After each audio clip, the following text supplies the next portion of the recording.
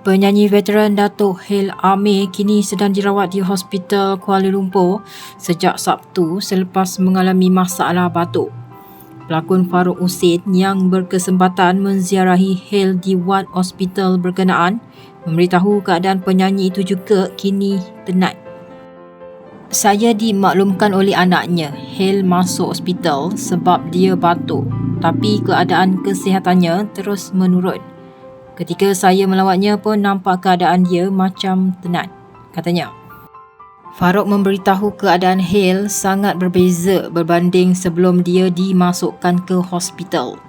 Malah Hale juga sukar berkomunikasi selain tidak mengenali orang yang datang menziarahinya.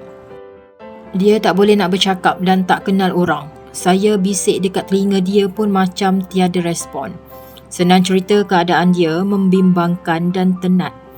Ketika ini pun Hale menggunakan alat bantuan oksigen bagi membantunya bernafas dengan baik. Anaknya beritahu baru semalam keadaan bapanya teruk. Sebelum ini tidak terlantar atau apa. Masa raya pun masih okey lagi, tambahnya lagi. Selain itu, Farouk turut mengajak rakan-rakan selebriti yang berkesempatan untuk melawat Hale selepas melihat keadaannya.